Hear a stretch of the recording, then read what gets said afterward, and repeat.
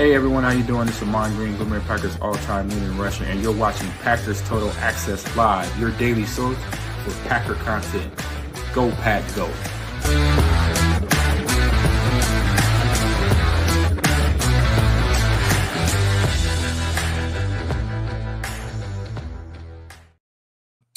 What's up, guys? Welcome to Packers Total Access. My name is Clayton. You can check us out on packernet.com. Find me on Twitter at Packers_access. Email us, PackersTotalAccess@gmail.com. You can text us 865-658-5824. Join alongside Emilio in Tennessee. We got Jacob in Wisconsin on the Minnesota border, and we've got Tim, the GOAT, in here from Green Bay, Wisconsin, here to talk a little Packers this evening. It's funny. We were having a good conversation off the air, just kind of throwing ideas around and talking about what we've seen on the tape and everything. Look down. Oh, crap, we're a minute late. And Emilio's still talking as the intro's playing. I love it. Tim, how you doing, bub? Doing good, guys. Glad to be here. How's it going? Doing good, man. Doing good. Jacob, you all right, bub? Yeah. I wish we could maybe highlight the pregame, like the first 2 minutes before we go live. They're always very interesting. And it's usually Emilio that throws it off at the if you guys could see, like I'm talking like when there's 0.1 seconds on the clock, he'll just throw something in and you're like, you mother. There it is. Every single time. But let's do this. Let's take a quick second and give a shout out to the good folks over at Ticket King, the official ticket provider of Packer Fan Total Access Live. Wisconsin-based since 92, specializing in Packers tickets. They're Wisconsin's largest ticket source with offices next to Lambeau and in Milwaukee. Click on the link in the video description that'll send you to their website, theticketking.com. You can go ahead and start shopping around for your Packers tickets. Make sure you go check with them if you're going to that Bears game and see if they've got tickets available there. Again, that's Ticket King, the official ticket provider of Packer Fan Total Access Live. Emilio, man, we were having a pretty deep conversation there about life and, all that. Yeah, we were. I think it would be a missed opportunity if we didn't kind of extend that right here. Just kind of because all it was we were just kind of throwing ideas around about what we've seen on tape, this and that. Sometimes those are the best conversations. So, what's on the forefront of your mind? We were kind of talking a little bit about Javon Bullard. We were talking different concepts, things like that. Talk to me, man. Yeah, my take was like I get the Bullard hate, right? He had a bad game. There's no doubt about that. He made mistakes. He missed tackles, but missed a tackle. But besides that, wasn't too bad there. His coverage was poor, right? Right. The dude's getting dragged. Like I love how we always got to pick one guy, but he's getting dragged. He's getting dragged for having played nickel all week and then gets asked to play safety at the last second. And then we put him in predicaments where maybe he's not, maybe he knows that play as nickel because he remembered it, but he knows the safety play. But, hey, I forgot that, I got to cover, this hash for another half second before I make my play. Putting him in a couple of those positions where he maybe is the post safety, I don't love that. If if you want to double Jefferson or you want to be, quicker to the two on Jefferson, fine. Maybe let Bullard do that. That's when he got roasted on the touchdown before the end of half. In that cover, looked like cover one high, but I feel bad for the kid, right? Because we were happy with him earlier in the year. Evan Williams takes over, took a little weight off his shoulders, so Bullard get that junk out of here. Yeah, I honestly feel like it took a little weight off his shoulders. He's like, all right, let me learn it, get going, and then we ask him to do everything when he gets back, and Evan's not there. So, right, yeah, and the big thing to me, again, I've been very vocal. Bullard had a bad game. I'm not going to say he didn't, but like Emilio pointed out, I think it might have been Jacob and Tim as well yesterday or last night after the game. All week long he practiced to be the nickel, right? I mean, that's. So when you prepare all week long, your keys, the checks, all that stuff, that's why when you have to switch to safety mid-game, maybe you're not as confident. And in this league, if you're not confident, you're not going to play fast. And if you don't play fast, your ass is cooked, right. Period, case closed.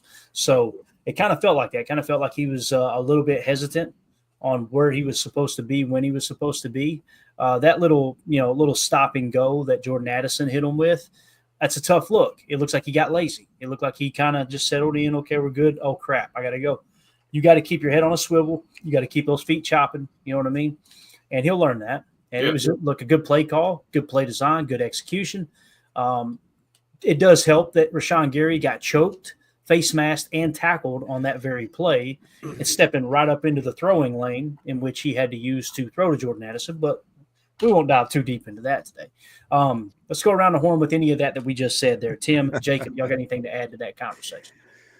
I think we knew when we drafted Bullard, we were excited about him playing in the slot, right? Mm-hmm. I mean, we talked about it. It's not his fault he's a linebacker trapped in a DB's body, right? I mean, we know from experience what he brings to the table, and the fact that he can play both in the slot and on the back end is a positive attribute. But doing that in the NFL is a whole different ball game, and we got to be patient and give him time. Again, I pointed this out yesterday. He's coming back from injury. There's another factor we need to consider, and let's just roll with it. And hey, we don't really have a choice, right? It's the end of the year. Whoever's available is available. And if it's, playing safety or if it's playing nickel, we got to roll with it and just, hope he improves as he gets more reps. Yep. Jacob, anything? Pretty much Tim hit it. But, I will say, obviously, you guys know I was the president of I was his biggest fan, right, coming in, and we do need to give him a little bit of we got to take a step back. The guy is a rookie. Remember how we used to complain? We never give the rookies playing time. It's like these guys never get a chance on the field. Well, guess what happens when you throw a guy that's out there that's been playing, obviously, in college level? Guess what, man? Everybody here is a freaking beast in the NFL. Everybody. So it's just not. It's just not. And like Tim said, also he was hurt. Also he's coming off, and I would argue that the slot position in the NFL might be one of the hardest things you ever have to do, and just like have that spotlight on you constantly. I'm going to give him a pass. I know I am partial to him. He is my Brenton Cox of this year, so I'm still not giving up on the dude. I'm going to give him a year. You guys saw what happened to Mr. Cox last year as to this year, so let's just give him a little breath of fresh air, and who knows? Maybe as we get into the playoffs and he gets a little more healthy, you may see some splashes from him that you're thankful for. That's the other thing too, the rust, right? Yeah, rust. And then my thing is you're never going to say anything that he did good, right? It's everything he did bad. I mean, how mad are you? I mean, I think he gave up one pass when Zane was still at safety, but how mad were you at his performance? Even if the dude did catch it for 10 yards, how mad were you at his performance at nickel before Zane was out? Like that's where my stance is. And you're asking this kid to do a lot.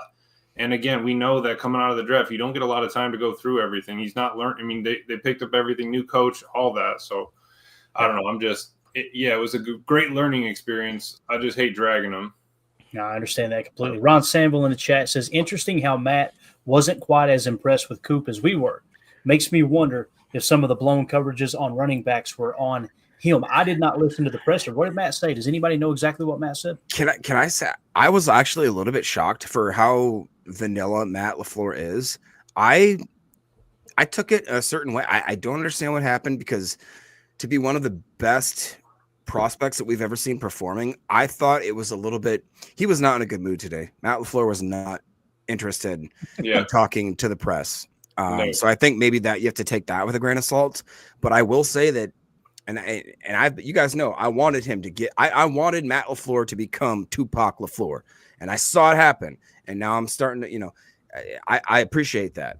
And, but I think that he was a little harsh on him, to be honest. I really do. That's my opinion. And again, I didn't hear it. Emilio, you heard it, right? Harsh on Matt talking about Coop, or not giving him enough flowers, you're saying? Yeah, I think he's given him a little shade for how explosive he's been. He's been a catalyst to our defense. There was a quote, if I can find it, maybe I can't, but it'll tell you basically what he said word for word.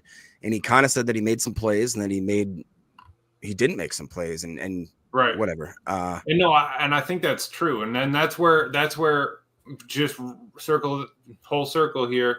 Bullard is getting dragged for all of his bad plays, and Cooper is getting praised for all of his good plays, but we never say anything about the vice versa for either of them. Right. That's all I'm trying to say is I loved Coop. I was hype. I was screaming, but the issue is like, hey, he'll make a mistake. He might have filled the gap. He might have cut across, he filled Wilson's gap or something like that, and it messed up the play. I'm really not mad at how Cooper played, but the fact is no one's going to drag him for any of the bad things that he did, but he should be, that's why I think Matt's got to keep him level headed. Dude, that was your first game playing basically every single snap. You had a good game. That's good. I'm glad, dude. That's good. There's always something to build on, though. There's always something there to that you need to get better at, or that you made a mistake on. Take you back to Matt's quote, right? Wasn't a perfect game, but it never is, and that's across the board, no matter who you're talking about, each week to week, right? It's not fair to have selective outrage, right? Like Emilio's saying, you got to call it like you see it. And if you're going to drag a guy for the negative, then you better be willing to praise him for the positive. What do you guys think about this, Coach, from the comment from Coach Len here? Do y'all think Matt LaFleur needs to ease up a bit? He seems a bit uptight this season. Personally, I kind of see it. Like, I see him. I don't know if it's the pressure or whatever, but he just seems a little more like, get off my lawn. And he does not have it. And maybe, it could just be the media. Like, don't get me wrong, guys. If you had to wake up every morning and they're like, what do you think about the way you lost last night? It's like, yeah. And there's some there. We got some good ones. Don't get me wrong. There's a few. They are as unprofessional as they come. Yeah. It's like if you were one-on-one with Coach LaFleur or insert player and you were standing in the facility, damn well you would not ask that question the way you asked it. Right. You wouldn't, but you're protected. Everything around you, right? And it's okay. We're here as a group, and they're not going to say anything. Now, with that being said, back to the Edgerrin Cooper thing before we switch gears.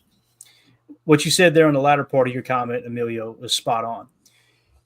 Did Matt LaFleur drag Javon Bullard in the presser? Did anybody hear anything there? No. I mean, he was saying he's a young guy, kind of makes mistakes, and he needs to obviously learn from them. And Cooper was our best defender yesterday, hands down, in my opinion. And what did he do? He critiqued him. That is by design. That's called keeping people from reading their press clippings and keeping people from getting in the dumps. That's coaching 101. That's leadership 101. Is you never let a guy get too high, you never let a guy get too low, period. That's the way that works. If you go to Edgerrin Cooper as a rookie and you go, man, imagine if Matt LaFleur come out and said this, boy, let me tell you, that Cooper might be the best linebacker in the league. Micah Parsons in the making. Like, dude. And guess what Cooper's going to do? As a young kid, we all would have done it. Boys, I got this. And now you ain't hungry anymore. The special ones will stay hungry regardless. Yeah. But as a coach, that's how you've got to attack that. So, and again, I didn't listen to the presser. I don't want to sit there and pretend like I did, just based off of everybody's reaction. Ron said he was hard on him. You guys pretty much told me what you heard. I guarantee you that's the approach there. It really is. And as for Bullard, you got to be more consistent. I don't care if you're a rookie. I don't care if you're a 10th-year vet. But he knows that. The coaching staff knows that, right? The problem I have is when people go on the overly emotional rants on one player as if it's like but you want to piss me off. It's hearing someone say that a football player in the National Football League is trash.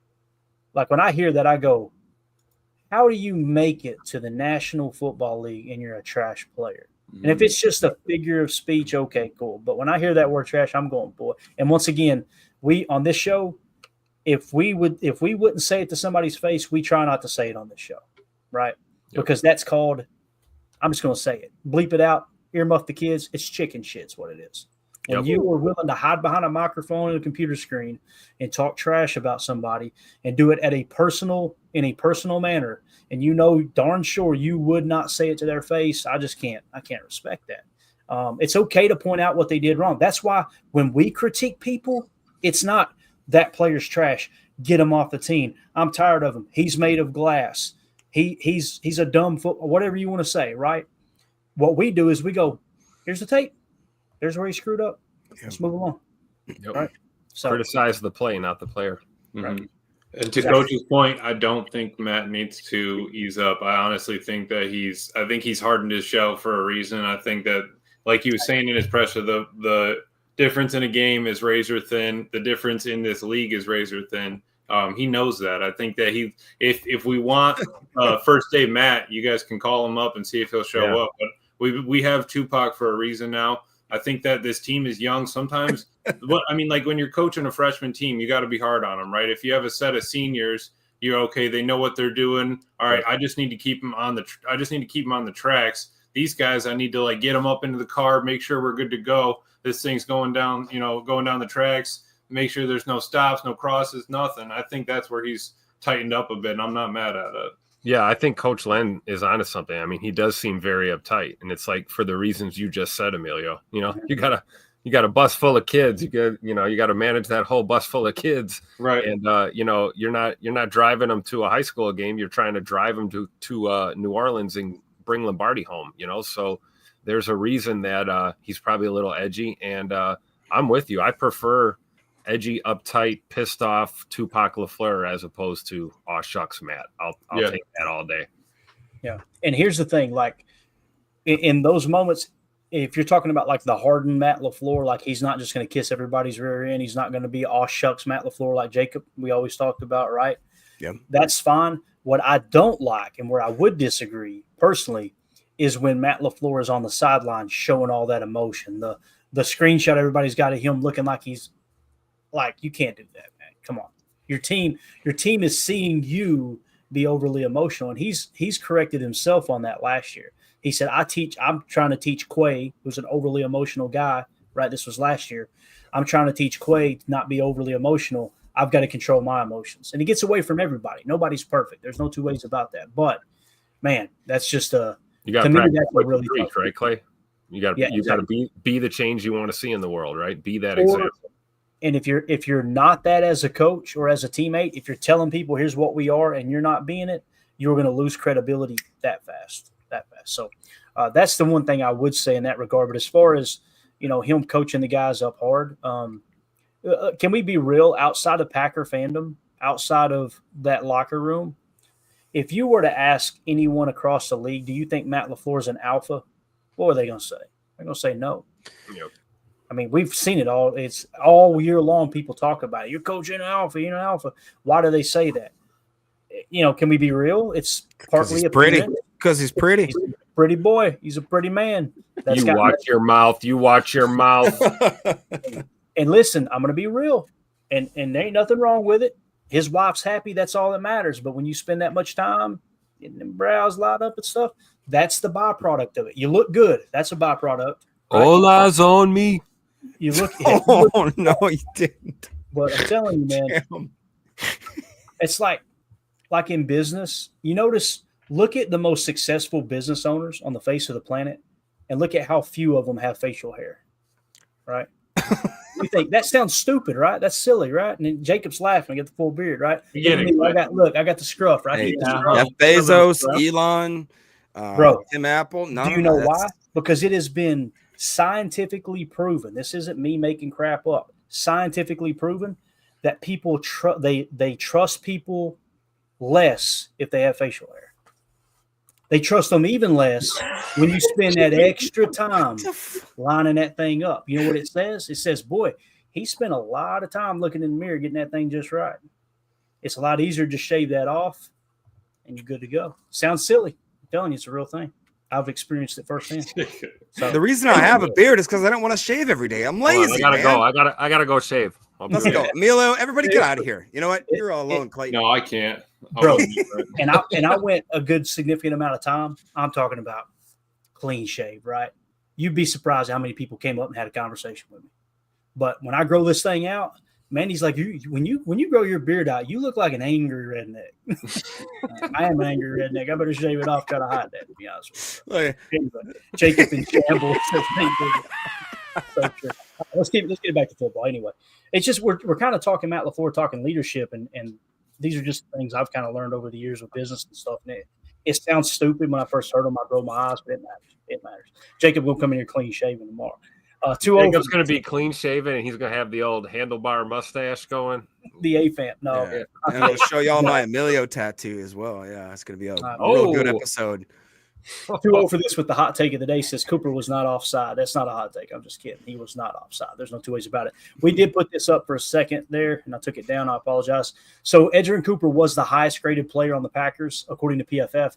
Then it was at an 80.1. Then it was Romeo Doubs, 76.5. Jordan Love, 72.3. People were like, how is he graded so high? Stop looking at the box score, knucklehead. Stop looking at the box score. Josh Jacobs, 71.8. Zach Tom, 71.3. Elton Jenkins, 71.3. Look, that's not like over the moon great grades for your top 5 guys or top 6 guys, but it's Edgerrin Cooper again, man. And Emilio, I think you hit the nail on the head, man. He's trying to keep Edgerrin Cooper in check. That's what Coach LaFleur's doing. Yeah. Oh, absolutely. You can't let him get too high. And especially if you have a great game, the dude's had a couple of, rookies of the week, all that. That's something we can't let slip away. Yeah. Which reminds me, I'm going to hit on this real quick before I forget. So we got the poll question up. This was going to be a runaway. I knew it would be. Who is your PTA Defensive Player of the Week versus the Vikings? The choices are Edgerrin Cooper, Carl Brooks, Xavier McKinney, Rashawn Gary. Edgerrin Cooper leading the way at 96%. So that one's already in the bag. Now, this morning we did one, right, for Offensive Player. And it ended in a tie when the stream ended, and now I do not have access to where the poll may have shifted to, which I think it is just a live stream poll. So here's what we got to do, guys. We're the tiebreaker, okay? The leading votes were Tucker Kraft and Romeo Doubs. So let's go around the horn with it. I'm going to put Emilio on the spot first. Emilio, you got to choose between Tucker Kraft and Romeo Doubs. Who was your Offensive Player of the Week here against Spot? Tuck made a couple plays earlier in the game. I think the rally happened because of Dobbs, though. So I think I'm going to give it to Dobbs. All right, there's one vote for Dobbs. Jacob, who you taking, Tucker Kraft or Romeo Doubs? I might go outside the lines. I'm going Jacobs, dude. I know he had the fumble right away. I swear. I'm just saying, dude. Take instructions so bad. If you take, I'm just telling you. All right, I'm going to give you 2 options. Pick one, and you pick. It's Jacobs, dude. Come on, dude. He helped. Emilio. Look at Emilio. All right, if I have to, I'll go Dobbs. I'll go Dobbs. But listen, Jacob. You can vote for Josh Jacobs, but just know the vote doesn't mean anything. You can't vote for him because he has the same name as you. I get it, but come on. That is a little bit. Hey, come on now. Nate Dizzle says, yeah, come on now. All right, Nate. We know where Jacob's burner account is now. So you're going to say Josh Jacobs. So we'll just say Jacob doesn't agree with Tucker. I say Dobbs if I have to between the 2 Dobbs. Yeah. Okay, so that's both for Dobbs, right? Lord. Tim, I know where you're going with this. My God, man. Who are you going with? There it is. All right. So that's it. Romeo Doubs is your PTA Offensive Player of the Week. I figured that would be the best way to kind of handle that. We could throw it up on Twitter, but there's probably a lot of Vikings fans posing as Packer fans. I just caught the ball. All right. So the PTA, again, Defensive Player of the Week. I'm about to just go ahead and mark it as done. As like I said, we got 50 votes in already, and Edgerrin Cooper's 96%. It's going to be Edgerrin Cooper. So, all right. Let's go back to the chat real quick. I know we had a few more marked. Let's go rapid fire here. Ron Samble, watching their kicker really makes you appreciate McManus. Boy, oh boy, does it ever, man.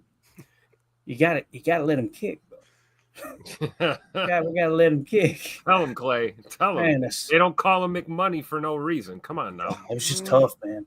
I hate it. That's probably the thing that I've harped on the most after this game. It's just like, man, what would have happened? What would have been if we just kicked that field goal? You know what I'm saying? It's like the one that got away, Emilio. You know what I mean?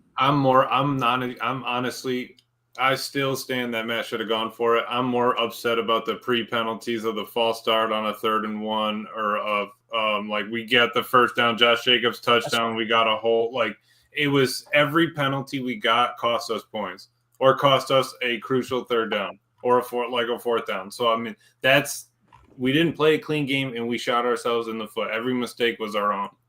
It's really what Josh Jacobs, that was his mistake. He knew it. He punched the ground right away. You know that. I mean, what can he do when he does, like you said? Reed punched the ground once he made a mistake.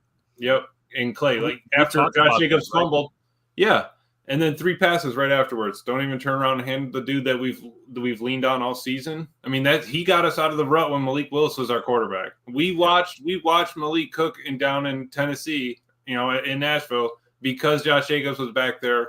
And because we got 9 sacks on defense, we didn't get the sacks, so maybe we got to go back to the run game. I don't know. It's almost like when Love's playing tight, right? We talked about playing relatively mistake-free with that officiating crew and not getting caught with procedural penalties, nothing extra after the play, these kind of things. And we saw all of that, and it all bit us in the ass. And that's literally what happened. That question got posed earlier in the year, if you guys remember, and it's like, why do we call a different game when Malik Willis is in the game? I don't think they've got like this special playbook they roll out for Malik Willis, but it just seems like Matt's a little more cautious to throw the ball. Therefore, you're running the ball more consistency. You're sticking with the run, and which is crazy because Malik's got a freaking cannon, and the kid can throw the ball. No. Yeah. So I don't know, man. That 3-play sequence makes chalk talk, and it made my blood boil. It was just, and it wasn't like, it'd be different if it's like a little spot curl. Hey, let's take 4 yards, move the rock. It was like 12 yards down the field, 18 yards down the field, 16 yards down the field. Let's punt the damn ball. I'm like, what just happened? Right. Yeah. I would have loved to seen a couple curl routes, right? Like something. Get the ball moving. I mean, so like that 3rd and 1 where Josh Jacobs got the first down and Zach Tom got the penalty for lining up not on the line of scrimmage. The next play was the Bow Mountain deep bomb into double coverage. You know what I mean? So like we had the first down, we were good to go. We got 8 yards on it. A mistake that we made put us in a terrible spot. No. And it wasn't like it was a good throw. It was like it was 10 yards over a double coverage. Right. And that's you're giving him bait. If you're going to give any Jordan Love hate talk, you know what I mean? Like give him some bait to actually have a good standing. That'd be the throw. And it's like, Jordan. God. And I really do think he's getting better on not doing that, but we have to own it. What if hindsight, Jacob? What if that was him throwing it away and we just didn't even know it? What if he didn't? And that could be. What if he and maybe, hey, Jordan, let's see a little bit more of that down the line when we took those other sacks that we didn't need to. Right. Get it past the line of scrimmage. Throw that thing to the stands. I mean, I don't care. Yep. I agree. All right. J. Cole in the chat says, I've been thinking about the Ric Flair quote all day. To be the man, woo, you got to beat the man. Actually, it should have been to be the man, you got to beat the man. Yep. Woo. All right. If we are going to be the seventh seed, we got to come ready to play Philly, Detroit, and Minnesota. I love it. I can't remember. Somebody messaged me earlier today, and they were kind of the vibe I got was like they were like, "Oh, can you believe we got to face Philly potentially? Bring it on! Why? Bring it on! You got to face the best team at some point in the playoffs. This whole let's wait a week. Let's wait. No, let's just go. Get battle tested early, right? I agree. So. Is it going to be an uphill battle? Absolutely, it's going to be an uphill battle. But the thought of do you want to play them now or later really doesn't make a hill of beans to me, to be honest with you. But I think you're spot on there, Jay, though. You do, man. The Packers, we came up 2 points short again. Again, we were without 4 starters. All the excuses we could come up with are everywhere, right? But if you want to be considered one of the top teams in the league, you got to win those games. You just do. Let's see here. Joe in the chat. If y'all really want to be mad, just think we played Savage and Ford last year while Zane was sitting. I love it. That's something to think about. And listen, I do want to preface too, Joe, because we've really talked Zane up big time. It is a very small sample size, right? Yeah, totally. Yeah. So I'm not going to be surprised if he, from here on out the rest of his career, he's a mediocre player. But boy, you want to play the hot hand and like Emilio said last night, you don't want to see him lower his head on that special teams play, but at the same time, boy, he looked like a human meat missile. Oh, he stuck him. It was awesome. I mean, he plastered that dude, absolutely. But yeah, it's tough. But you were right. I called it wrong. We were putting Zane Anderson out being hot at the safety position, which helped Bullard in the long run. But then it hurt him because he had to roll back to safety. So, yep, definitely. All right, let's see here. But yeah, as far as Savage and Ford last year, which you guys know how I feel about Rudy Ford. We didn't even play Ford much last year is what's crazy. Right. We took him. We had J.O. sitting out there. Jonathan. We started Jonathan Owens over both Rudy Ford and Zane Anderson, which was to this day still mind-boggling. Yep. J. Cole in the chat. You guys may take this the wrong way. Matt is a great coach, but this year specifically, he has been crumbling under pressure. I agree. Coach Lynn. So crumbling under pressure. Again, I don't know exactly what you mean by that, but it does seem like the more important the game is, the more emotion he shows on the sideline. There's no doubt about that. If that kind of plays into what you're saying there. But I don't think he's crumbled, really. There's been several times that we went down early, and if anything, they fought back, right? We've seen that all year long, too. Yeah, so that's kind of throw that into the same conversation. Nate Dizzle, man, it was such a bummer. Josh Jacobs' highlight reel touchdown was called back on that hold. Another beastly stiff arm, then running through 2 more guys into the end zone. One of my favorite plays. Yeah, it sucked having to leave that out of chalk talk. and it was a blatant hold there by Sean Ryan. But we did end up scoring on that same drive, right? But Nate Dizzle, like you said, though, man, it's I want to say it cost us a minute off the clock, though, something like that, having to take that extra time, and that obviously proved to be a crucial minute. So, yeah, Josh Jacobs will be fine, man. And that fumble, it was a knockout. We all went back and watched it, obviously.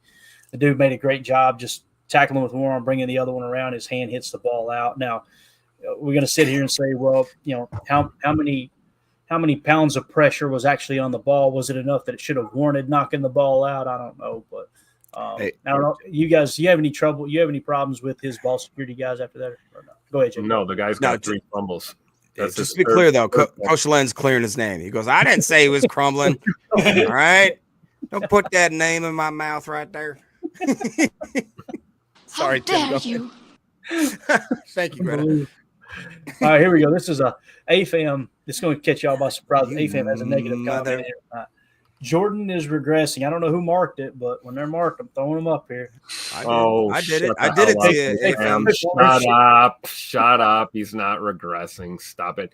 AFAM, the resident Malik Willis stan. Stop it. We know you want him to start. AFAM was pretty sure he was calling for Clifford to start one of those times. Anybody but Jordan, right? Yeah. I think AFM has hair that goes up to here that's purple, and he has a gem in his little belly button because he's a troll, baby. He's a troll. Oh, we're gonna give him some. I'll tell you what I'd like to see, man. I personally would like to see a gem in this dude's belly button right here. You know what I'm saying, man? That would take a. I'd like to see what kind of shape that railing's in after that. Supporting all that extra stress. Lots of little pain or something. Greg Rice says AFAM is regressing. Love it. All right, let's see here. Oh, Lord. Greg Rice in the chat also said, how long did it take you guys to recognize Minnesota was playing a lot of man defense, even if LaFleur didn't see it? Wouldn't you think Saleh would have? I'll be honest with you, man. I don't watch the game that way. I just don't. Yeah. I know that the next 24 hours is going to be breaking down tape and watching the game 3 more times. I'll have plenty of time to do that. I try to enjoy the game now, knowing that since we started doing the pod, I have to dive into the tape really, really deep. So now when I watch the game, I just try to kind of enjoy the telecast a little bit. That has changed over the last year and a half for me, for sure. So I didn't notice. I didn't look up at any point going, man, they're playing a lot of 2-man under. Did anybody else here? Maybe you did. I definitely did. Because it's hard to tell in a TV copy. You can't see everything that's going especially on. with the sugar pre-snap and, what Minnesota does, especially on the back end. But I did see man coverage. I don't know about a lot of it, but they definitely played man. Speaking of trying to watch do you guys enjoy, I believe it's the Amazon Prime where they highlight the certain blitzer? I kind of like it.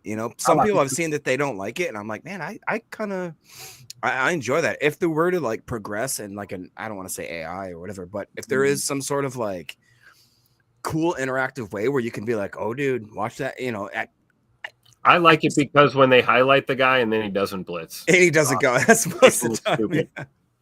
Jacob, that's because you use that X Factor all the time on Madden. You're sitting okay. there Okay. All right. I need help with the blitz. Where's this guy coming from? He lights it up in red before he starts coming after him. All right. That's such a cheap shot. You know what? You think God never farted? Unbelievable. All right. So, yeah, I think what Greg Rice, what he's kind of hinting at here, though, is did they recognize it early? I guarantee you they did. And the thing about 2-man under, if it's specifically 2-man under, you got 2 safeties over the top and everybody else's man coverage playing underneath leverage. Okay, so you're taking everything away underneath, and then of course you got safeties up top helping you, keep them taking the top off. You got to win your one-on-one matchups, those isolation plays. Aaron Rodgers talked about it a lot back in the day. That was his weakness. When teams would play 2-man under against him, man, he struggled because he hated turning the ball over. He was always trying to protect the football. And when you think about it, hindsight, obviously being 2020, going into this game, you think, what was the big perk of Jordan Love the last 5 games? Guys, he was a top 2 quarterback the last 5 games over that whole span, right? It was him and Josh Allen had separated themselves in EPA, right? So when you look at it from that standpoint, he's protecting the football. So what Minnesota did was, you know what? let's throw a defense at him that's going to really make him go, crap, I can't throw that ball. I got to be hesitant here, right?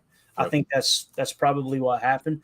Now, like Aaron said, they asked him, how do you play a team like that? What do? You got to run them out of it. You got to run them out of it with the running game. And again, go back to the second drive of the game. Deep pass, punt. You kind of played right into their hands. You really did. And with all that being said, you still only lost the game by 2 points. It's just wild. So somebody said it on Twitter earlier. It was like, yeah, you've lost you're 0-5 against those really good teams. You are. But also look at how close those games were. Look at how you stayed in that game with the five of the best teams in the entire league.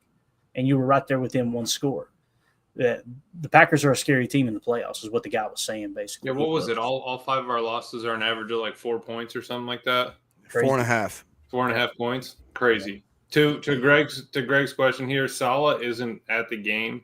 Saleh just gives him information during the week. Matt, He's not on the sidelines. No, all Matt said is he's there, through the week of preparation, and then he sends him home on the weekends. Is all Matt said in the pressers, Wow. and to my knowledge, that hasn't changed. He's a So coach. it's like, Yeah. so they're watching tape earlier in the week. Hey, I like this, and that. Maybe against this coverage, that, and you go from there. He's got Adam. I mean, he's got Steno in his ear. He's actually a consultant, like in Right. the definition Yeah, of the word. consultant. Yeah. Defensive consultant, but for the offense is my understanding from the Mhm. offense's perspective. Yep. Yeah. Professor Cakes in the chat said, my coworker's a Cowboys fan, and he told me today, quote, Packers are going to be fine. So you heard it here, folks. The kids are going to be all right. If it was anybody other than a Cowboys fan, I'd say that sounds good, but I don't trust those. Well, I meant to ask you if you listened to the GM Shuffle, but I know Lombardi's not on it anymore. But anyway, dude talking on there today was saying, he's like, yeah, you look at the Packers, or you told me at the beginning of the season, Sam Darnold or Vikings are going to be playing for the NFC North and the first seed in Week 18 against the Lions. That the Cowboys aren't in the playoffs. San Francisco didn't make the playoffs. Like your good teams are the Packers, Vikings, and Lions. He goes, I wouldn't have believed you. You're telling me Sam Darnold took the Vikings to, this season is crazy. So, I mean, the fact that I feel like we're consistently getting better if we're looking at it as a by-year standpoint of this young team gradually getting better. I'm not mad at their approach. I mean, at some point you're going to have hiccups. I like the fact I just checked my my schedule here. Our longest losing streak is 1 game. We have not lost 2 in a row. 2 in a row. And we lost 2 in a row last year, I'm pretty sure, Tim. So that's knocked one off the belt there. We didn't, Yep. That's very true. So I think we're just fine.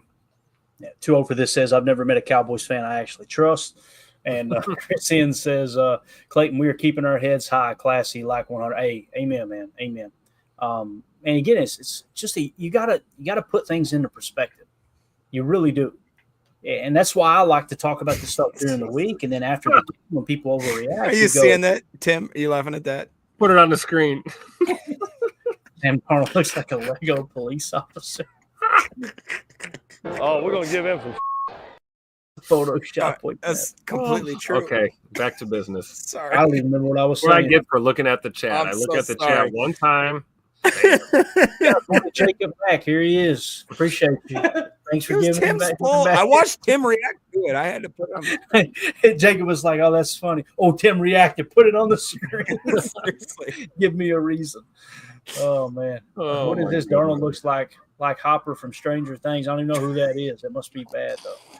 I got let's- some advice for y'all. Take 2 weeks off, then quit. Demetrius Oh, hitting it back on topic here as the dogs are going crazy. They must like Legos. Yeah. All done there. I'm just every time they bark, I'm thinking, is somebody coming in? And then I'm waiting to hear somebody go, "Get them off of me! Get them off of me!" Somebody down there. Demetrius says it'll be sweet for the Packers to get revenge against the Eagles. Amen to that. You guys take it a second. I'm gonna close the store. You're good. Yeah, no, that's awesome. Awesome, right? Nothing like a test, right? We talk about how hard the road would be in the playoffs, right? Having to go to Philly, having to go to Detroit, possibly Minnesota. You beat teams like that. How are you not going to win the Super Bowl, right? I mean, you're going to have an uphill battle. I'm looking forward to a revenge game against Philly. I don't know what you guys think. 100%. Yep. And I think it's going to be very fitting. I think I saw some tweet also that, like, if the Packers are now to get to the the Mecca, the Super Bowl, right? Is that we're going to have to beat all the people that basically we've lost to this year. Let's go. Already. That's like Rocky 2, bro. Let's go. Rocky 3, Rocky 4. Let's go. You keep setting them up, I'm going to knock them down. Give me Clubber Lang. Give me the old guy. My favorite Rocky 4, by the way, just real quick. Come on, Russia. Let's go. I think I've only seen one Rocky start to finish. It was Rocky 1. Yeah. Well, all right. And I love boxing. Well, I'm not going to. Kind of might drop in. Yeah. All right, there you go. 2-0 for this says, is it legal to tackle a dude by the beard? I believe so. Yes, it is. Yes, it is. Same with dreads and ponytails. Clay got pulled down a couple times. We'll say this, though. If you were to grab someone by the beard, I think there's a decent chance that you get called for face mask when it's not actually a face mask. You know, like the officials, I think you grabbed the face mask. And, of course, God forbid we be able to review a penalty, right? I mean, that's just going to make the game way too long. Make me want to – never mind. All right, let's move it along. Yeah, Matt was going off about the blocks too, but we don't need to get off on that tangent. But he was putting his foot down on that too. For everybody online calling out Tucker for clipping their D end versus Harrison Smith cutting Myers or whoever it was out there. Mm-hmm. But he was cut him. That was not cheap. That was not what. The Tucker Craft block. The Tucker Craft. Oh, no, that was legal. No, it wasn't, but it definitely, the one that they called Harrison Smith for definitely was not a penalty. I think that's the argument, right? Yeah, I can go. But it's also two different plays, and that's where Matt's like, dude, Brenton Cox got his knees taken out. So did Mosby, I think, and I'm pretty sure Rashawn did. Like, it's part of the game. He's like, I want to see somebody, if you guys are really complaining about it, make a strike zone. He brought up this, he goes, well, somebody's safety been running around just trying to take people's knees off. Like, yeah. Is that Kirby Joseph? Is that who he's trying to say? I think so. Yeah. He was like, I'm not going to, but like, you got guys over around here and you got a wide receiver coming across the field. How are you going to let them hit them below the knees? Like, that's legal. And then say that the block isn't or another. He's like, if you guys want to talk like that, put a strike zone from the knee up, neck down. I think that's the only way to do it. And I'd have to look at the rules whether or not that Harrison Smith was technically a penalty or not. I know they do have some funky rules there. Specific situations where if a defensive player does go low like that below the knee, then obviously they're trying to protect the offensive player more than the defense. That's just kind of a common thing here, right? For sure. So it's going to continue to go in that direction, in my opinion. It really is. So for those of you listening on the pod, that's going to do it for hour 1. Sorry, this was a crap show. We'll try to be better in hour 2. We'll see you on the other side. Appreciate y'all. All right. Hour 2, new setup. Here we go. Get Clay. What is going on? I knew somebody was messing with the controls. What is wrong with you, Emilio? I was just getting us started for hour 2. Okay. I like it. All right, never mind. Split formation. All right, let's go. All right. So, let's just kind of walk through Twitter. I was obviously getting the tape ready for Chalk Talk tomorrow night and hit a couple plays. This is an absolute dot from Jordan Love. We shared it. I'm going to show a different version of this here in a minute as well. But look at this throw, boys. I slowed it down. I mean, he just threads the freaking needle right there.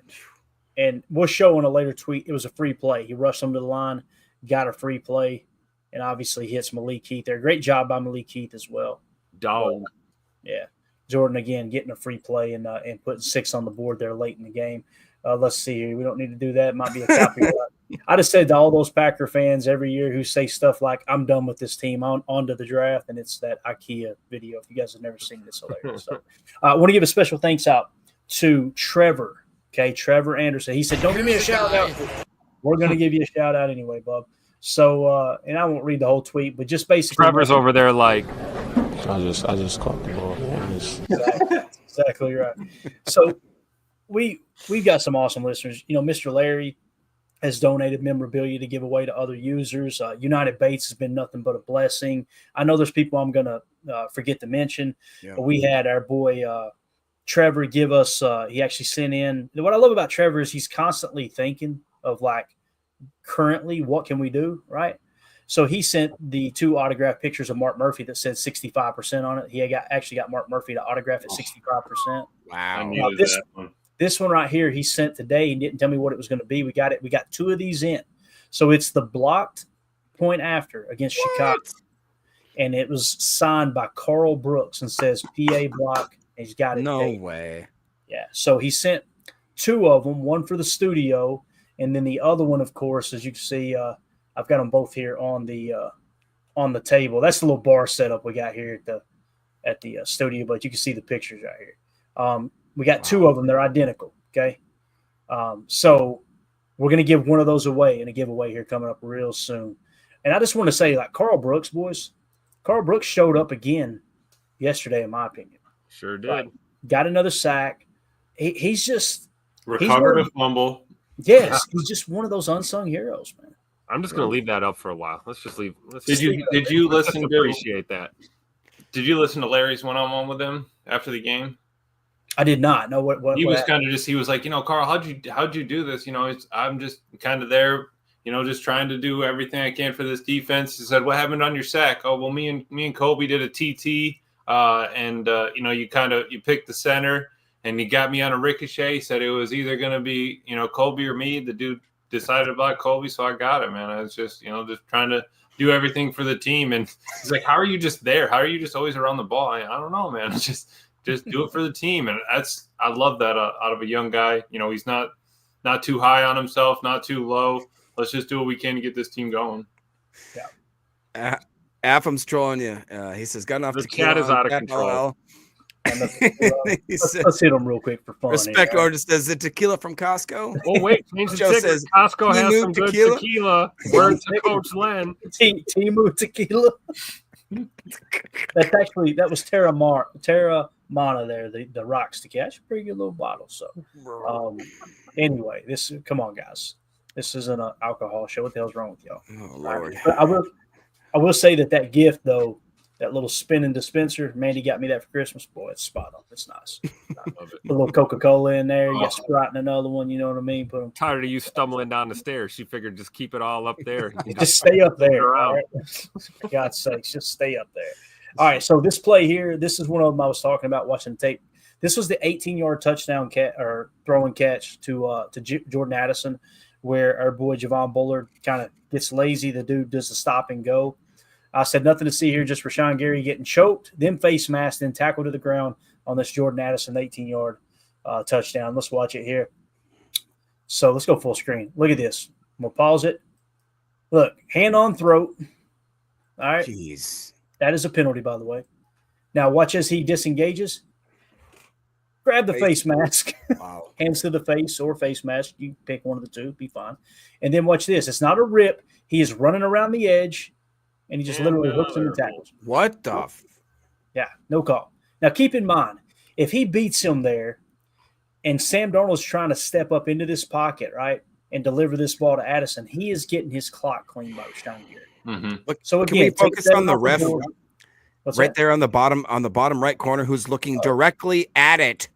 What That's are you this guy doing? right here? That's the white hat right here. He's looking That's that guy right, right there. at it, dude. So again, watch it again. Am I losing my mind here, guys? Look, choke, right? Face mask, Wow. and then of course, let me just tackle this guy. Let's just tackle him. Yep. And it's not just like a slight Yeah. face mask. It Look at the ripped hold- across his Look at body. the hold on Carl Brooks. Roll it Look back at that. one more time, I wasn't please. going to say anything. I wasn't Dude. going to say anything. Right here. All right. Let me get this guy on outside of the shoulder pads, and I'm just going to lift him up and try to just hold him from the top of his pads. Ref's He's like, got yeah, the back. everything's clear on the right front here. I'm good. I don't see anything. Oh, And my Lord. yeah, look right here. I can't get away from him. No, you're good. Can you jump? No. He's holding me down. He's literally dragging him down as he's. I don't mean to laugh. It just cracks me up. But It's anyway, just- this is what we're talking about. Thank you, Coach Lynn. He says unreal. So Yeah, because you guys were spurring up that the refs just have this planned out, right? It's just not our year. I heard you guys spurring that up earlier today. who's that? Who's you guys? What That's do you mean? me. He's talking about me. talking about Jacob and Tim. Yeah. Yeah. I'm sorry, WWE, bro. baby. Some of the I'm not happy about it. I just I'm not going to talk about it anymore. That's All right, that's Jake, my I'm so favorite. proud Not part of Oh. Jacob. It's not part of the 2024 skip. Okay, wait for the 2025 skit and sheet to Oh, come go out, ahead. and then we can go from there. I did it was like the Super Bowl highlights, and it was a very purple Ravens thing, and it was a very green Green Bay Packers. So if you guys believe the conspiracy theories For we're next Super year? Bowl, baby. No, for this year, baby. We're in. Oh, Yeah. okay. We're good. We're good. I thought it was purple and red, and maybe the purple's now the Vikings. If it's not the Ravens, then that doesn't Nope. make me happy. Nope.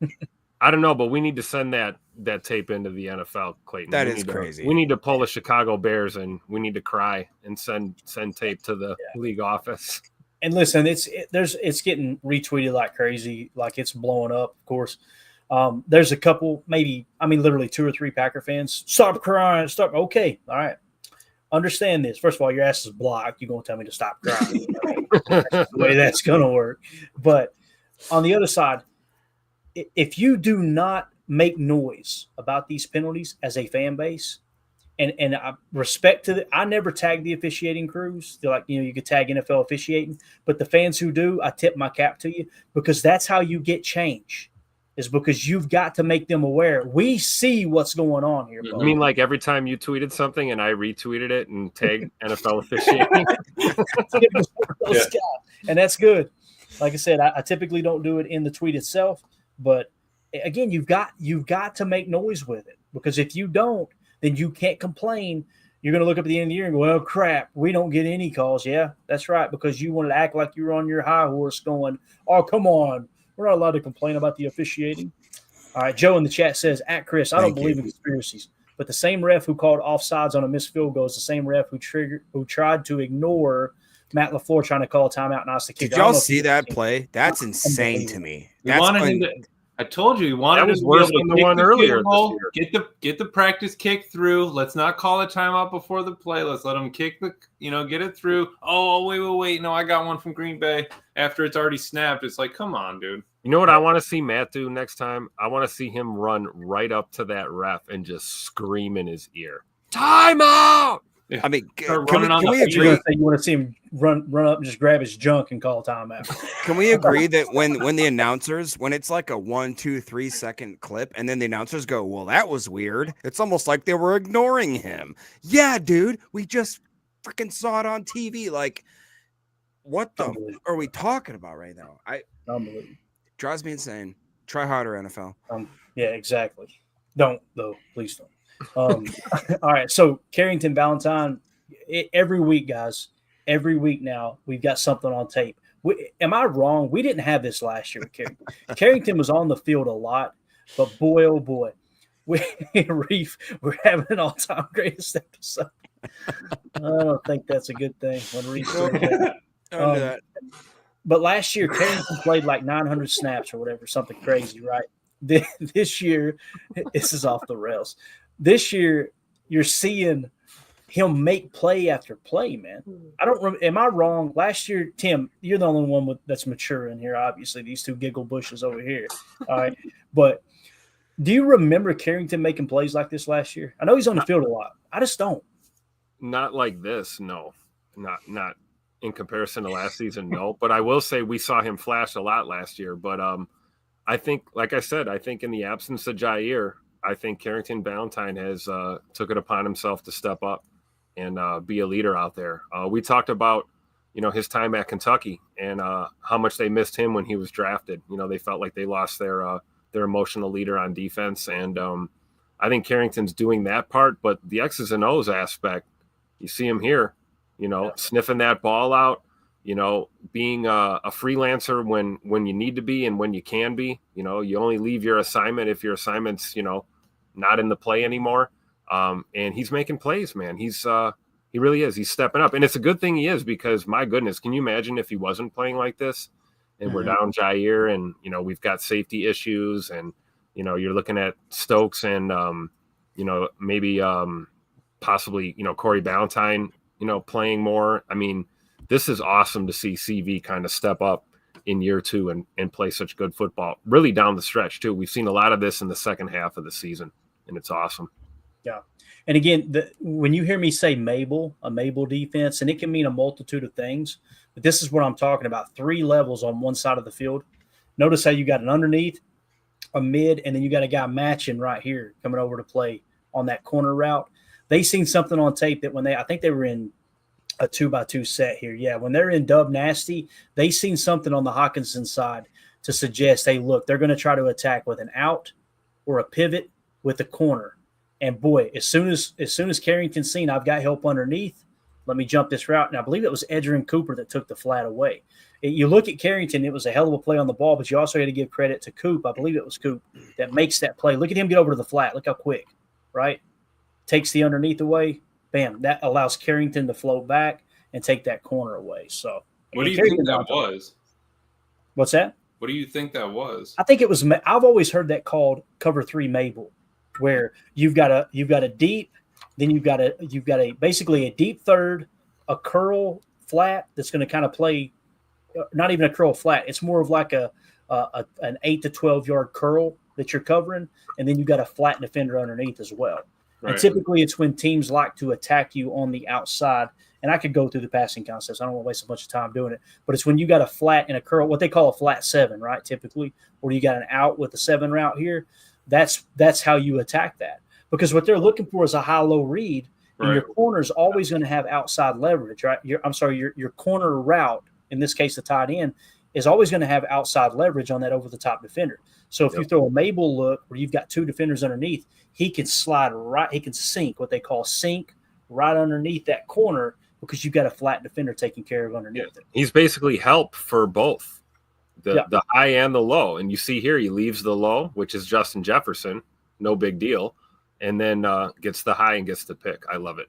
Mm-hmm. Clayton, is there a way? I just seen that Carly's needing the link. Ain't she? I was going to say, Carly, let's see if we can get her in here. Possibly. If not, I understand. I was going to say, because that looking at it like this, man, look how wide open the middle of the field is. I mean, I know Eric Wilson is on it, but like you said, Clayton, that Mabel look, you almost have 3 dudes. If you have corner routes or out routes or something, over the top, that middle of the field is wide open.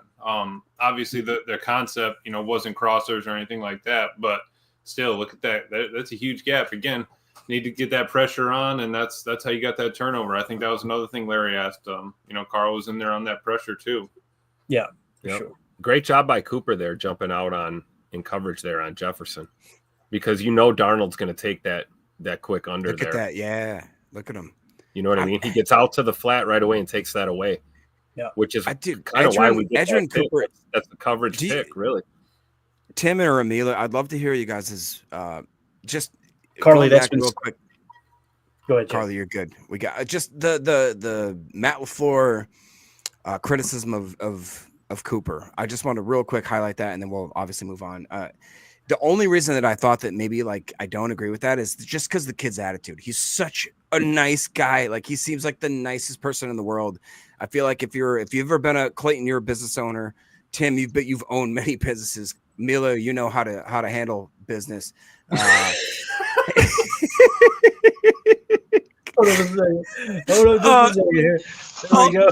no! Are you serious? How many times are you going to come to my press conference late? All right, well, this looks like does this not look like the dude from the old Trapper beef jerky commercial? Carly, who? What was your take on the game, Carly? And good luck talking with that beard. I've been there. Keep it on. I'm gonna try. It's all in your honor, Jacob. When I saw that you were there, I'm like, I have to Let's bring go. it in here. Awesome. I was so this might not work. I was super happy that they came back. I've got mine in somewhere. Everybody's got one here. It itches your Guys. death, bro. It's so bad. But let's You see here. guys, you like Joe said Carl instead of Carly. Is that Carl? Anyone? And we got that Walking Dead clip. All right. Anyway, so what's your take on the game now that you can breathe there? I am so glad that they really made a fight for it at the end. That restored my hope. I was a little bit at the beginning of the first half, I was just real confused. I'm like, is the scheme wrong? Are people just dropping their coverages? Like, what's happening? But then seeing the offense just come back and the defense hold them, really, it encouraged me after I was starting to feel down a little bit over the game. I think that's very, very well said. And that's kind of what we were looking at too. I'm sure I speak for everyone here. Is like, when you go down by that much and everything's going wrong, it's like, I just want to see some fight. Let's see these guys battle back. And And lo and behold, by the end of the game, you look up and it's a 2-point game. And listen, you got to tip your cap to Minnesota, as bad as I hate to say it. Those two decisions to throw instead of just run and try to pick up the first down, like that takes some guts. And it was perfect execution as well there at the end of the game. You're kind of trying to pick a side as to what to cover so you get enough bodies in the box to stop the run. It seemed like they kept canning out of the run, right? You'd see them go can, and then they would go with the pass. Yep. So you got to tip your cap there too, man. I was happy with the way they played in the end. Again, it sucked to see it start the way it did, but tough break with the Josh Jacobs fumble. That kind of set the tone. And in no way, shape, or form is that a knock on Jacobs. He's carried the water for everyone this year, boys. So, yeah. All right, let's see here. There was somebody said something in the chat. I'm sure we've already missed it. It's all right, though. That's good. All right, let's go to the next play here. That's cool with you guys and gals. So look at how do we got 5 people on the screen now, and now nobody's face is cut off? This doesn't make any sense. Like I was going to say, Clay. Unbelievable. Usually Tim's down there, and all we can see is his forehead, right? So this play right here, we've been talking a little bit about Emmanuel Wilson, talking about his running ability. Man, he is really – his game – did you guys see the swing pass? I think it was technically a run because it was a backwards pass. But him on that swing for like 13 or 14 yards, great job catching the football, looked natural. Watch him right here in pass pro. Keep in mind, I just put Emmanuel Wilson's already a great ball carrier, but now we are seeing his pass protection improve. Great job handling NFL great Harrison Smith while Jordan Love steps up and out, delivering a perfect ball on the run to Wicks. This play set up the fourth quarter touchdown that closed the lead to 2 points. All right, so watch Emmanuel Wilson here in slow motion. This is Harrison Smith. Bang, watch him just walk him right out. Great job in pass pro. And this throw from Love, boys, that's an 18-yard pass on the run, step up, out, throw that thing like a shortstop. I thought this was a heck of a play here. He's only able to step up, though, because of what, E. Wilson's doing right there. That's a great point, Clayton. And I love it. You guys know I'm a big Emmanuel Wilson fan. It's awesome to see the growth in such a short period of time. He really is. He's a true solid option at running back in this offense, and it's awesome. Yeah, and, AFAM earlier said that our boy Jordan Love was declining, and Nate Dizzle said, rumors of Love's demise are greatly exaggerated. So there you go, AFAM. Take that, buddy. How about that? Hey, AFAM, just last chat we had right here. Love is at his best, moving to his right. All right, AFAM. Holy crap! Something positive from AFAM? I don't believe it. Oh, my stars. AFAM's going to win a cigarette lighter with a PTA logo on it. There you go. Here's the guy. We'll send that to you. Let us know what bridge you're staying under right now. Hey, real quick, Tim, we all talked about how, in my opinion, one of our best attributes to this team is the depth we have on offense, specifically in the wide receiver room. We could talk about tight end, but has there been enough highlight on the running back room that we did not expect, especially with Marshawn Lloyd going out? Like, I think we need to take a step back and realize that Emmanuel Wilson and Chris Brooks, which again is hilarious to me because he's the exact name of my buddy's older brother, who's just not an athlete. I'll say it that way. And it's hilarious. It's just so funny. And they've been contributors, actual honest to God contributors to this team's success. Yeah. Yeah. And I think, talking about the game yesterday, I mean, I thought Emmanuel Wilson ran the ball really well too. In a couple of the carries that he had. I mean, he looks good as a ball carrier, and it makes you feel good about that 1-2 punch, with him and Josh Jacobs. And, like you said, Jacob, man, Chris Brooks just playing solid football is just icing on the cake when you lose a guy like Marshawn Lloyd. We've all been waiting, and, we're excited to see Marshawn Lloyd hit the field because I'm tired of watching USC highlights, and I want to see some NFL tape on this guy. But in the meantime, in between time, man, Emmanuel Wilson playing the way he has, this is awesome, and we should be grateful. Yeah. Joe in the chat said, do y'all think next year Jacobs and Lloyd will be Thunder and Lightning, or Thunder and Lloyd? Just embarrassed another grown man in front of his family.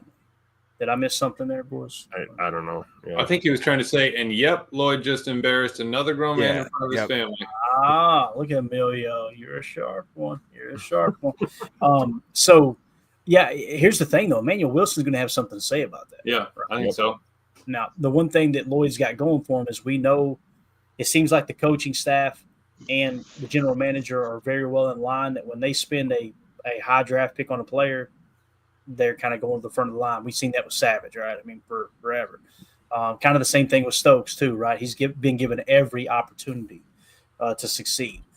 For sure. So I don't know what you guys think about that. The way it sits right now, though, going off of what Jacob just said, to be honest with you, I love this running back room. I mean, we have a top 3, at least a top 5 running back room, possibly top 3 running back room in the league. I believe that. What do you think about Milltown and Corey's comment here? Because I just highlighted Wilson and Brooks are nice, but they're definitely a step back from Aaron Jones, which is exactly what the Packers are missing on offense right now. Hopefully Lloyd will come back strong next year. I mean, I don't think that I'm speaking out of turn to say we don't expect our backup running backs to be a replacement for Aaron Jones. That's not what we expected from them. What I will say is that Josh Jacobs, and you guys know I love everybody on this podcast will always love Aaron Jones. I have Aaron Jones memorabilia on my wall that I'll never take down. I love that man with the healthy, I sincerely love him. I think that I'd save him out of a fire if I knew I'd die. That's how much I love him. Here's a guy. I don't even think Jacob could say that for us, so that's pretty good.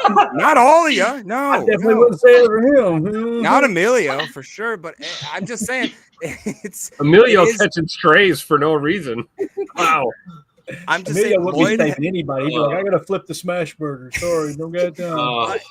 The one person on that running back room, if we're gonna call a spade, we haven't seen Lloyd do anything. I've seen Wilson do a ton. I've seen even Chris Brooks come in, and so that's what I'm saying is just. I love these guys. I love the 3-back set there, and there has been times when we rock into a running back, or I'm sorry, into a season where we have 4 running backs. Who knows, man? Like Clayton said, we got a good group. Who knows how good we got it? We'll see.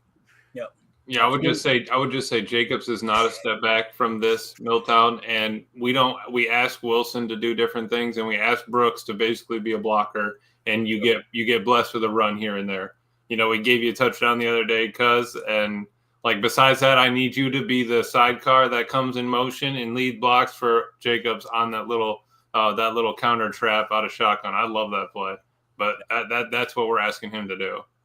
No, definitely. And here's just a quick glimpse again. We'll bring that comment down. This is what I was talking about with the hurry up. I had a little bit better grab on it here. Look at Jordan catching them, right, and getting the free play. When you watch it from this, I mean, just how quick things developed. Hell of a play, right? I just want to point that out again. That was the clip of him catching them lagging in their substitution and getting that free play. You love to see it, man. Carry right over from Aaron Rodgers. It's absolutely awesome. Mm-hmm. So I love it. There's our boy Malik Heath too, ice cold off the bench. You know, all of 15 snaps or whatever he played, and runs a great route, makes a great catch. Love it. I could see him playing a significant role if he doesn't get picked up as early as next year. I really do. I think that they'll start trying to work him in a little bit more.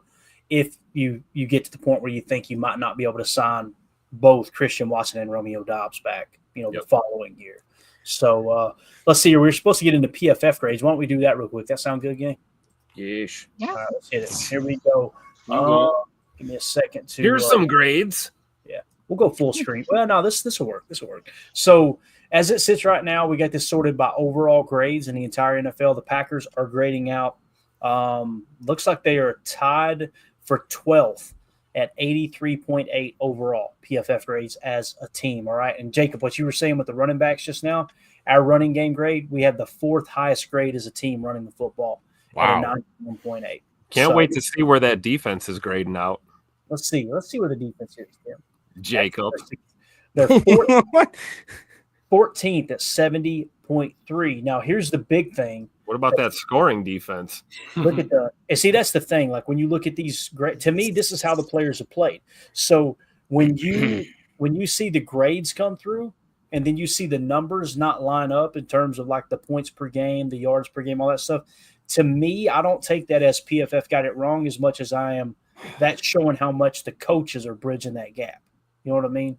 With the scheme and everything else. Even though these players may not be playing the scheme to, top 10 potential right now, they're still, putting them in an advantageous situation where we can be successful. So now we do need to look at the scoring defense because that did change. Wait, is that? Well, hold on, just so I understand the fine print here. All right, everybody. Fine print's coming up on the tickers. It's right here on the ticker, Jacob. This is clear, Jacob. This is clear. If the Packers, oh crap! If the Packers have a top 7 scoring defense, I'll get them a tattoo on my left butt cheek. See, we're supposed to be doing PFF grades, and now I'm going to go pull up the ranking. All right, let's do this. We got to get the answer right now. I'm not going to put it on the screen, okay? We're just going to read it off. What if I switch it to a Carly tattoo? If next year we can be better or something, like, does that help? Yeah, man. Even after that really bad performance yesterday, guys. It needs to be a tattoo of the hat. Has to have my face in the hat. So the Green Bay Packers points per play right now are 5th in the league at 0.45. Okay, that wasn't the agreement. That wasn't the agreement, though, right? Is it points per game? Points per? I don't remember. Scoring I'm not a defense. scientist. It's scoring defense. You can't be moving the goalposts now. I don't know what you're doing. Yeah. Whichever one gets them out of the top 7. Yeah, dude, whatever one's the worst. So when it comes to points per game, Green Bay is 6th at 19. Okay, so that's top 7 also. Okay. We're good. I mean, there's no other scoring metrics. I mean, looks like it's averaging out to 3.5 or 4 there, Jacob. I think the tattoo you should have to get, Jacob, you know those stickers that run rampant back in the 90s of the little cartoon character peeing on a logo, right? It should be Emilio head on that little body peeing on a Vikings logo is what it should be. And he's got to be wearing the sombrero back there, right? It's got to happen. That actually makes sense. Yeah, we can make that happen, right? We can make that happen. Oh Lord, this show sucks so bad. All right, let's get back to the PFF grades, please, for the Lord's sake. All right, let's go to the grades from this game. So this was, I think, the 4th lowest graded game that the Packers have played this year at a 63.8 overall. Just wanted to mention that. So even though we played out of 16 games so far, it was our 4th worst game. We still only lost by 2 points. Think about that. So as much as we want to pile on the coaches, they did do some things well, also. So our offensive grades for this game leading the way, Romeo Doubs, 76.5. Remind me again who our offensive player of the week. We nailed it, boys, without even seeing the PFF grades. Romeo Doubs got our offensive player of the week. Look at that right there. That guy right there. Dog. Tim, does he just catch the ball? I can't remember, man. I'm trying to think. Man, that guy, you already know what he does, man. That's it. I just caught the ball. Man. Thank you. All right. Jordan Love, 72.3. Josh Jacobs, 71.8. Zach Tom had a bad game, in my opinion, still a 71.3. Elton Jenkins, 71.3. Emmanuel Wilson, 66.7. Look at his grade in the passing game, guys. 89.3. Catching the football out of the backfield, essentially. Tucker Kraft, 65.4, just staying steady. Malik Heath, 65.2. Bo Melton, 65.2. Rashid 65%. 65%. That's what we Dontavion Wicks, 62.8. 46 snaps for Wicks, boys, 62.8. Solid grade there. Josh Myers, 60.2. Pass blocking was garbage. Run blocking looking better in this game. John Fitzpatrick, only 2 snaps. And then Sean Ryan, 59.1. Pass blocking grade, 76.7. Jaden Reed had a bad game. There's no two ways about it. 46.1. The stat column suggests it. The PFF grade suggests it. It is what it is, right? He still leads the Packers in receiving yards. So those people out there saying, Jaden Reed's demise. Blah, blah. Okay, Bub. Go ahead. Kick him off the team. You're losing your top receiver. I don't know what to tell you. So, thoughts, comments here on the offensive grades, fellas? I think calling out Jaden Reed is the dumbest thing somebody could say as a Packer fan. Just personally, I hate that. I hate that so much that it makes my heart hurt a bit. That's all I'll say. Also, Emilio, stay off your phone, dude. Why are you always on your phone? I'm not. I'm looking at the PFF grades to try to hang up with. Try to keep up with you, Jacob. Unbelievable. All right. But yeah, no, I think that. I mean, yeah, Reed had a tough game. No one's talking about it now, right? I mean, no one's saying that he had a bad game. He had me and Clay talked about it. We were saying, is it a drop? Was it a bad pass? I think it was both. If it hits your hands, do you have to catch it? But I mean, it's tough. He owned that. He owned it. Like we talked about, he pounded the ground. He understood that was an opportunity. It's like, I'm not going to hate a guy like that. Whereas 9 times out of 10, he's going to deliver. He understood the 1 time out of 10 that he made a mistake. He acknowledged it. That's the exact kind of player I want on my team personally. I like it. Tim, sir, offensive grades here. Anything stick out? Romy Rome in the house. Watch your mouth. Number 1. Romeo Dobbs. That's my dude right there. Sign that guy. Give him a contract now. Get it done. But yeah, no. I think obviously looking at these grades as a whole, it's good. We don't see a lot of red up there. A little bit of pass blocking issues there for Emmanuel Wilson, but I mean, we just ran tape on him. He had a great job in pass protection, and I think he carried the ball pretty well. But it makes me happy to see Rome up there grading well because. With him missing that time, I was kind of concerned how he was going to look coming back after that concussion. Obviously, he's got the good luck charm guardian cap on now, and he's been playing pretty solid, I think, coming out of that concussion protocol. So happy to see it. Gotcha. Carly, anything you want to add to the PFF grades here?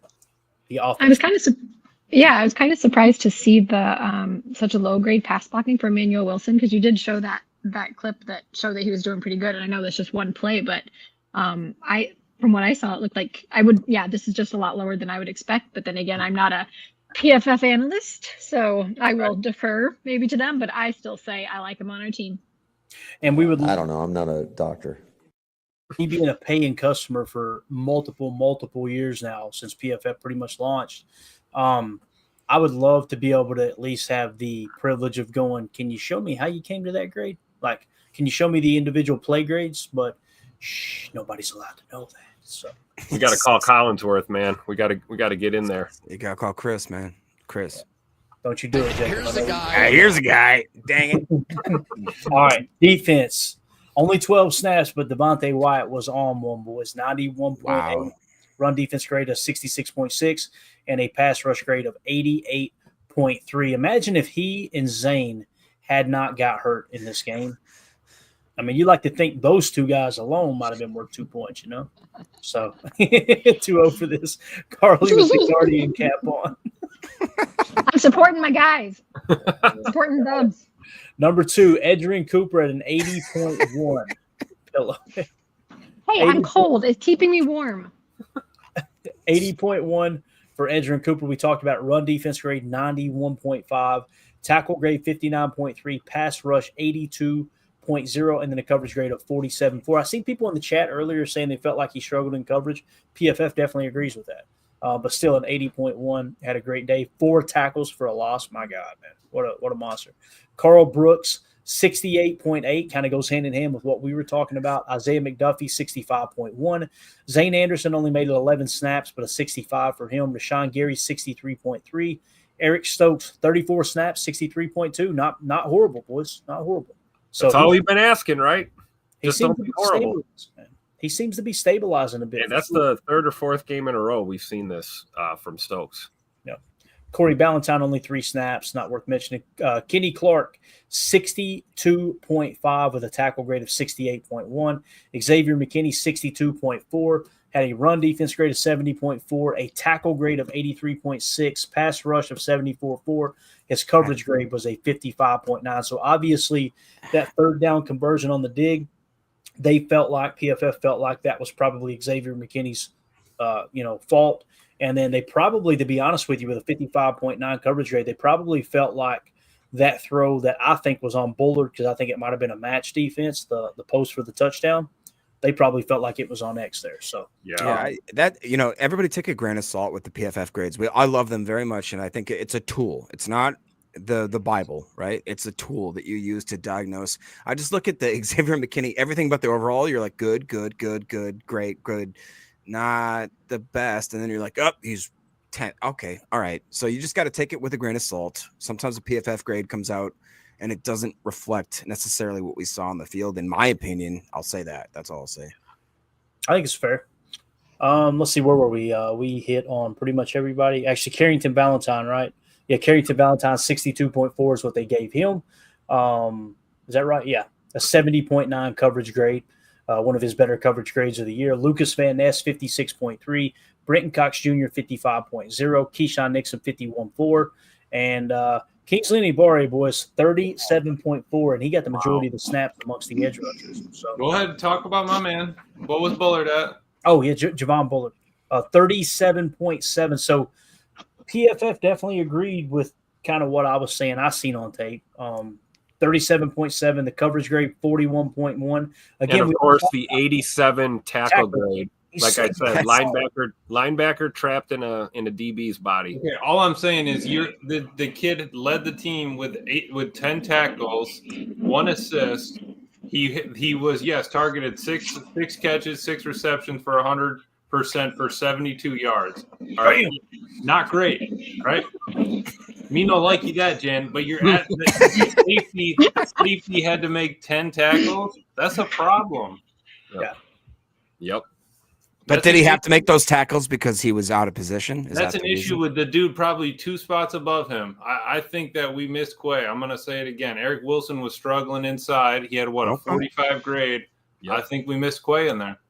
Yeah. Kingsley Enagbare was the highest graded special teams player, though. So, sorry, Tim. I didn't mean to cut you off, buddy. Go ahead. No, I was just saying I agree with Emilio. I mean, Quay not being on the field was definitely noticeable. And it put more pressure on – like Wilson and Bullard. I agree. Yeah. Brambo going to fire back here a little bit, Emilio. He said, it's easy to get tackles when they catch right in front of you, Emilio. 6 catches, 10 tackles, and an assist? I don't know about that math. It's a good point, man. I'm just glad they're tackling. They're doing so much better job of wrapping up this year.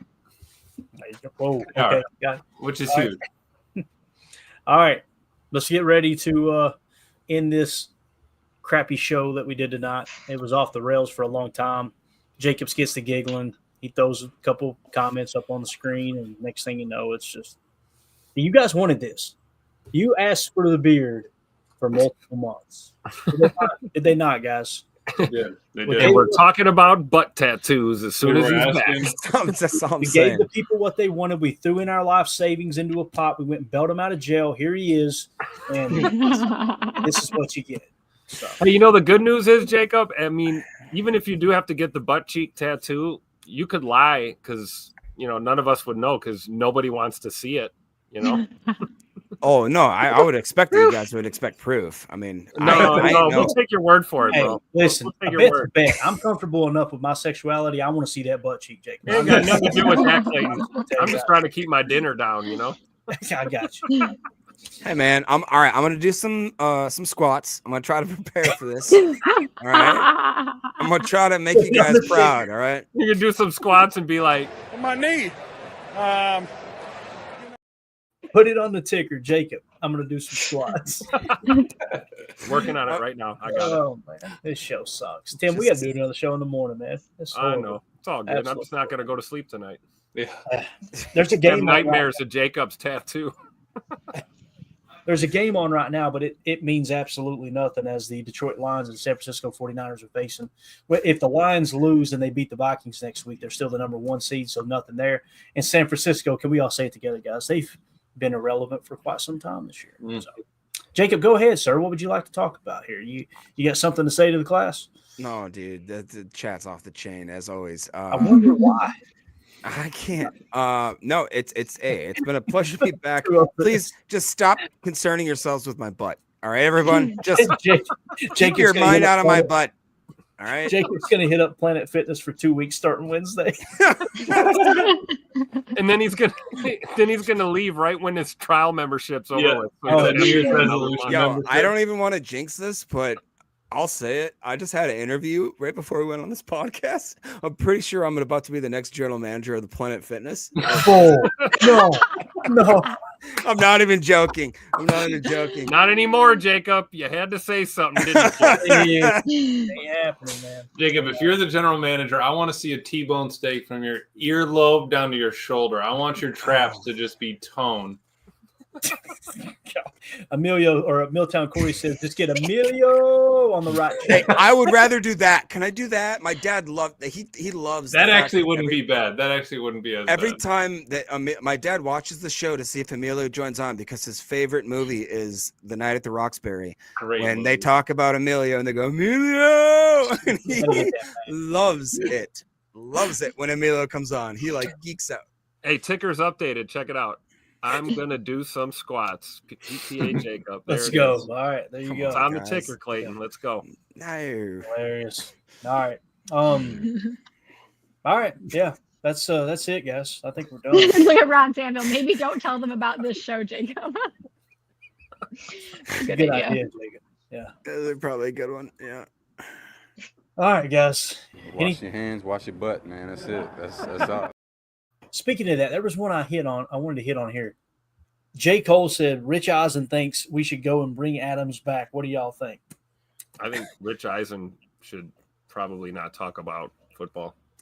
I think Rich Eisen is a Jets fan too, by the way. So I think Rich Eisen wants some draft capital. He runs a good 40, I hear. Yeah. Nah, not true. No. All right, we're done. Appreciate everybody putting up with us tonight. It got off the rails. I apologize. We try to be professional here, and it just never works. Not when Since you get when? Since when? When you get more than 2 people in the show. Oh my God, man, it's horrible. Emilio becomes the mature one, and that's a problem. It's crazy. That's a real problem. So. PTA, professionalism, totally absent. Perfect. All right, we'll be back in the morning, 8:30 a.m. Central Time for Good Morning Lambeau. We'll dive into the new playoff picture, kind of set the slate for the upcoming week. And what is tomorrow? Is it Tuesday? So yeah, we'll kind of take a walk through social media. Yeah, I know, Nate, and that's why the channel isn't growing. Okay, so we'll just take a walk around social media and give you guys some news and updates. And then tomorrow night, if everything goes as planned, it will be the Chalk Talk episode tomorrow night, boys. We've got 37 plays to review. We got 21. Oh, Lord. 21 plays, and I crossed off 2, so it's actually 19. That's easy math. See, Nice. All right, Amelia, you got anything? to say? Wait. What's Clayton, 9 can I plus give 10?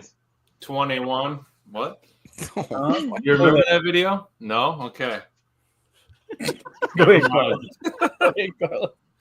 I just want to give a really quick fantasy update. Currently, Dane Oh, no. Stromstad and I are in the matchup, and the loser of this one will lose the toilet bowl and be the official last place of the finals. But Dane has to get like 45 more points between Jared Goff and the kicker that he has, Jay Moody. So we'll see what happens. There's a And chance. again, whoever loses that toilet bowl, all right, I'm sending an autographed Devondre Campbell jersey to, and you have to take a picture of yourself wearing it with a sad face, and we got to post it on social media. Rogers, who the only place he's going to take you to is the toilet bowl. It's the most random thing he did. I'll hit that. I didn't hit that. Emilio. That's Emilio. Look at Emilio. He looks guilty. Look. Grinning. Grinning. So I think we should do that, and then we should tag Devondre Campbell on Twitter with somebody wearing it and go, this was our last place prize. A picture of somebody. Let's do it. Got to take a shot. Man, he took a shot at us on the way out. Yeah, he did. Yeah, he did. So fair game, man.